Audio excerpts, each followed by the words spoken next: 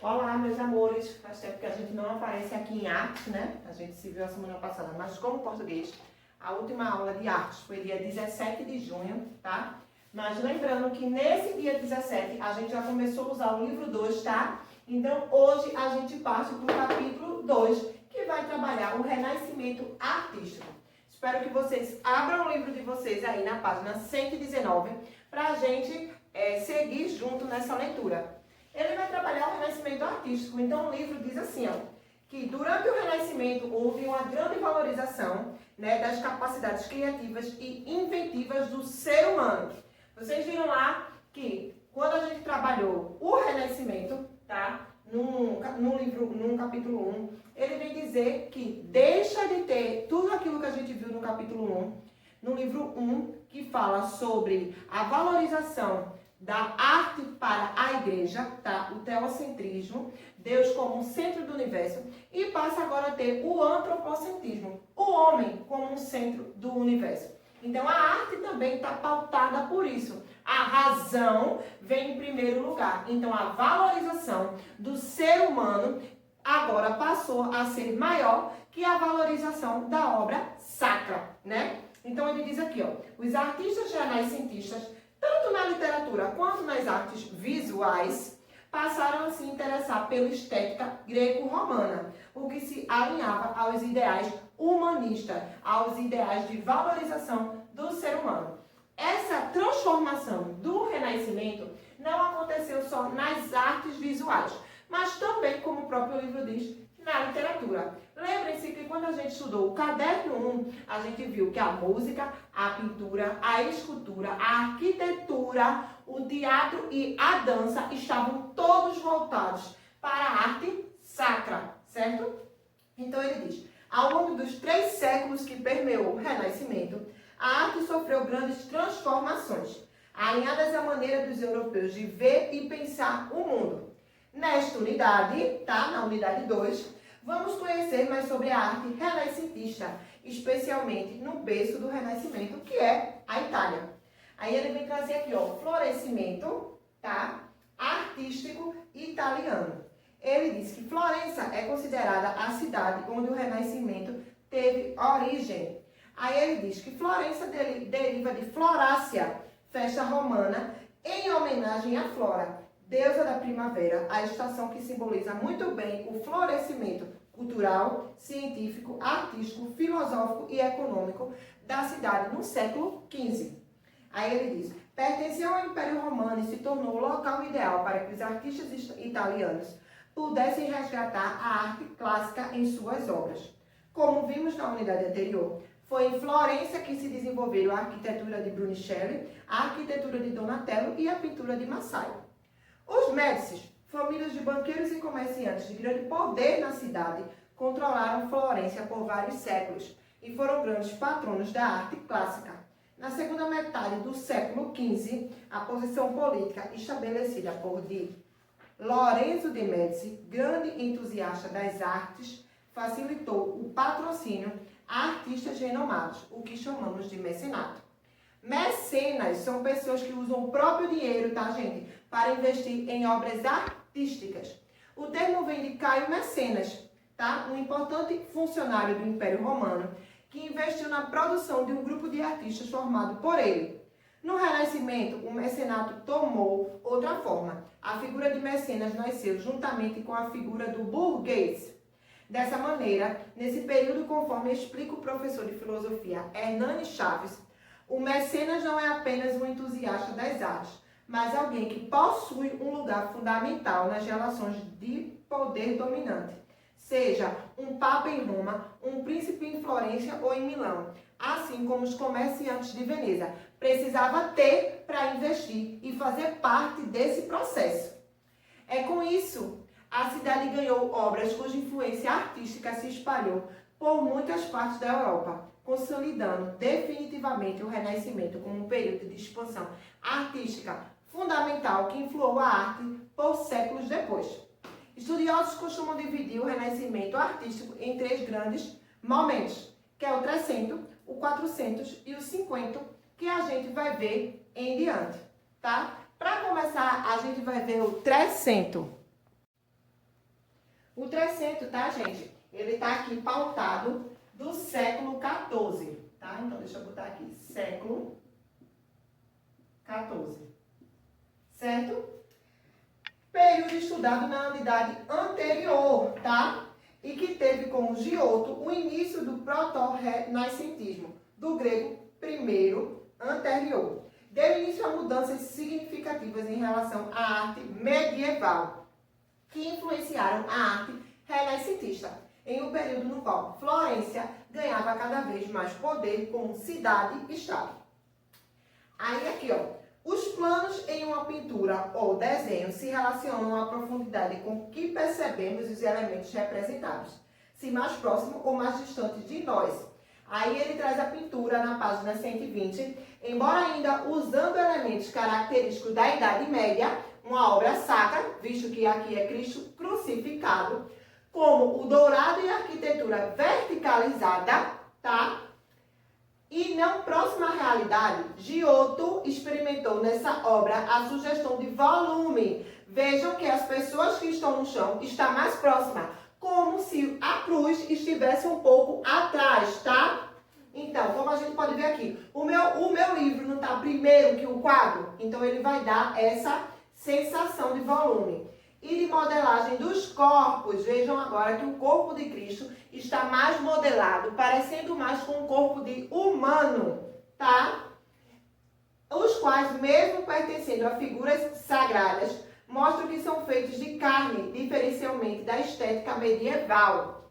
Além disso, ainda que sem o uso da perspectiva matemática, já observamos aqui a noção de profundidade e de planos. É a obra de Giotto, Crucificação, tá, gente? Que ela tá guardada na Galeria de Imagens do Museu Estatal de Berlim, na Alemanha.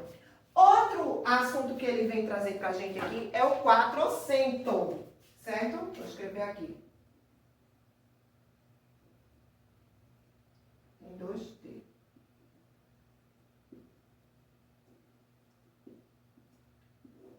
Valquíria, e de quando é datado o 400? Esse corresponde já ao século XV.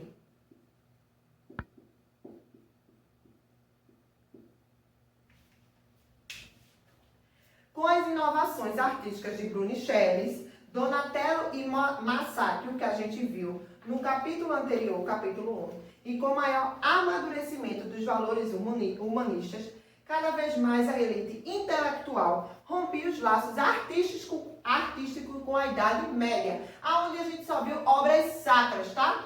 Não só em questão de pintura, mais uma vez, mas a gente viu de escultura e de arquitetura pautado nesses artistas aí que o livro citou. A pesquisa pelos clássicos em diversas áreas, literatura, arquitetura, filosofia, entre outras, levou estudiosos a resgatarem importantes documentos, tratados, discursos, livros, deixando de lado no período medieval o que reaproximou a elite intelectual europeia da cultura greco-romana. Essa fase de prosperidade trouxe à Florença o posto definitivo de centro artístico europeu.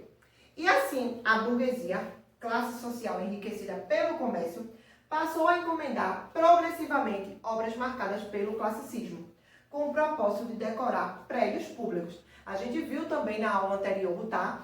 Que começou a ser pago para se produzir essas obras, certo? Durante a primeira metade do século XV, ainda havia muitas manifestações e influências medievais em Florença, e isso se refletia na arte. Mas, com o mecenato de Lorenzo de Médici, a arte classicista pôde ser difundida mais fortemente. E a partir da segunda metade do século XV, passou a ser aceita não só pelas camadas sociais florentistas mais ricas, mas também por toda a Itália. Com o retorno da Península Ibérica ao domínio europeu, textos clássicos de filósofos gregos que haviam sido traduzidos e preservados pelos árabes foram resgatados, somando-se ao novo acervo obras que contribuíram para a medicina, a matemática e outras áreas do conhecimento. Assim, muitas bibliotecas foram fundadas na Itália e o latim foi reintroduzido na Europa em sua forma clássica. Aí ele traz duas obras para a gente destacar. Na primeira obra de Fra Angelichino, manteve o lirismo na representação decorativa no período gótico, tá? Que a gente estudou lá no livro 1, quando a gente vai falar das abóbodas clássicas. Mas introduziu a perspectiva de base matemática usada por Massacro. Pode ver que a gente consegue entender nessa obra aqui que essas duas pessoas que têm formato de anjo estão por trás das abóbodas, tá? Mostrando a grande influência da arquitetura nas pinturas desse período. Essa obra está no Museu Diocesano de Cortona. E a segunda obra diz assim: nessa obra, encomendada pelo Duque de Urbino, na Itália, já é possível ver com bastante clareza a técnica de perspectiva, tá? E ela está na Pinacoteca de Brera, na Itália. Aí, a leitura dessa imagem, com a leitura dessa imagem, a gente consegue perceber a perspectiva que foi empregada nessas obras para representar uma basílica romana composta de nichos. Vocês conseguem perceber através daqui da arquitetura como se fosse um gesso. A semícula em forma de concha era bastante comum dos sarcófagos relativos ao cristianismo primitivo, o que mostra o interesse dos pintores do Quatrocento pela antiguidade, período no qual achamos arqueológicos poderiam ser encontrados em Florença, antiga cidade romana. E por último, né, o 50, um dos momentos também que foi dividido o Renascimento artístico, 50,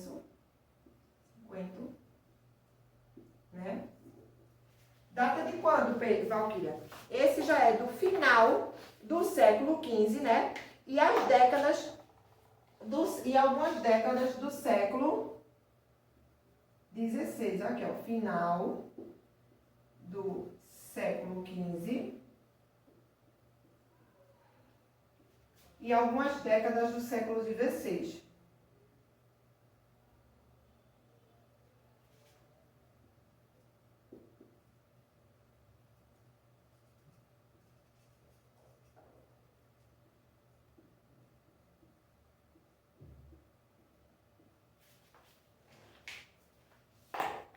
Aí ele diz assim: desde o fim do século XV, os valores e a estética clássica foram mais absorvidos. Os ideais humanistas se consolidaram e puderam ser transportados para a arte, que passou a partir daí a ter mais autonomia, a abordar o aspecto de imitação. Como consequência, o papel do pintor firmou-se como um pensador e não mais como executor artesanal. O final do século XV e as primeiras décadas do século XVI formam um período que ficou conhecido como Alta Renascença, assim chamada por ser considerado o auge do Renascimento, e que foi marcado pelas grandes navegações e pelas reformas religiosas, tá? E pela difusão da imprensa, contexto histórico-cultural que influenciou de maneira bastante direta a visão do mundo dos europeus. A difusão da imprensa é lá de Gutenberg, né?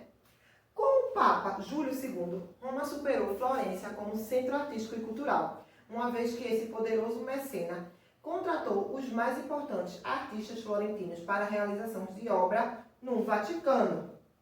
Assim, artistas como Michelangelo, Rafael e Bramante mudaram-se para Roma, surgindo lá uma escola local que atendia as encomendas do Vaticano, que nessa época travava dura batalha contra os protestantes. Aí vai vir a reforma protestantista, tá? Graças a essa tensa disputa que objetivava a atração e o resgate de fiéis para a Igreja Católica, Leonardo da Vinci, Rafael e Michelangelo puderam criar obras que representavam a genialidade da arte nesse período. Aí ele traz aí na 122. Michelangelo foi um dos artistas italianos que viveu entre os séculos XV e XVI. Ele trabalhou muito em Florença, prestando seus serviços artísticos para os Médici, e em Roma, para atender às demandas da Igreja Católica. O conjunto de pinturas da Capela Sistina, do qual vemos aqui a reprodução de parte do teto, é considerado uma das maiores realizações na história da arte. Na outra imagem da página, aqui ó, na 123, vemos a reprodução de Davi, né? esculpido em mármore em 5 metros de altura. Ambas as imagens são representativas do espírito artístico do Alto Renascimento, da representação da perfeição das formas concebidas por meio de cálculos matemáticos e da busca pela representação da realidade e o mais natural possível, naturalismo, tá? A obra de Michelangelo da Capela Sistina. Aí ele diz assim: por volta da década de 1530, mesmo com os artistas tendo autonomia para criar com base nos ideais classicistas, a arte renascentista começou a perder força e a produção artística passou a reproduzir formas exageradas, o que na verdade era o reflexo de uma inquietude que aos poucos foi dominando a sociedade europeia. A partir desse período, os artistas inspiraram-se na linguagem formal das últimas obras de Rafael e Michelangelo para criar um estilo artificial, decorativo, com cores não naturais e figuras representadas em poses retorcidas. Essa estética exagerada e muitas vezes deformativa ficou conhecida como maneirismo e perdurou até o fim do século XVI, com a emergência do barroco, que estudaremos no caderno 4 no 7º ano ainda, tá? Aí ele diz aqui, na página 124, as obras renascentistas e a publicidade. Ele diz assim, ó, algumas obras exercem um fascínio tão grande no público em geral que se tornaram muitas vezes mais famosas que seu próprio criador. Algumas delas são inclusive utilizadas por agências de publicidade e propaganda para agregar valor a algum produto ou serviço. Por muitas vezes, a arte renascentista já foi alvo da publicidade, pela quantidade de obras reconhecidas mundialmente. Observe a seguir 2 campanhas que se apropriaram de maneira criativa e inteligente de obras clássicas renascentistas estudadas nessa unidade, mostrando o quanto a influência delas está profundamente enraizada em nossa sociedade, tá? Aí ele vem trazer aqui, ó, peça da campanha publicitária para o Museu Espanhol, usando uma releitura de Mona Lisa, de Leonardo da Vinci, para divulgar uma exposição de obras de arte para deficientes visuais e cegos, durante o qual o público podia tocar nas obras. E a outra, peça da campanha publicitária para fabricante de bombom italiano, utilizando a manipulação de fotografia da escultura Davi de Michelangelo. Aí ele vem dizer aí, é verdade ou é mito, né? Ele diz assim, ó, retrato de Giovanna Alfamini e de sua esposa é uma obra de 1434, realizada pelo pintor belga Jan van Eyck, por encomenda do senhor Arnolfini, rico comerciante italiano que vivia em Bruges, na Bélgica, com sua esposa Giovanna, filha de uma família também de grandes comerciantes. Como pertenciam a uma posição social de prestígio e tinham boas condições financeiras, encomendavam essa pintura para celebrar a gravidez de Giovanna. Verdade ou mito? É um mito, tá, gente? No período renascentista, era moda entre as mulheres usarem uma pequena almofada sobre a vestimenta. E muito provavelmente foi vestida assim que a figura feminina foi retratada pelo pintor Flamengo. Além disso, descobriu-se posteriormente que o casal retratado, na verdade, era composto do irmão de Giovanni e Giovanni de Nicolão e sua esposa dele, Constante Trenta, casados em 1426. Giovanna Arfonome e Giovanna Semani casaram-se somente em 1447 e a pintura de Van Eyck é de 1434. O que é que eu vou deixar para os meus queridos alunos do 7º ano fazer? E, na página 125, ele vem dizer assim, ó, intervenção por meio de colagem. Em relação aí à figura, vamos comentar aqui um pouco sobre a publicidade, né, nas obras do Renascimento. Não sei se vocês já tiveram a oportunidade de ver que a Seda já fez um comercial quando ele diz do seu shampoo e condicionador e creme de pentear que deixa os cabelos sem frizz, né? Então, ele diz que para você ser uma Mona Lisa, você tem que usar Seda. Se você quiser ser uma Mona Crespa, use a marca concorrente.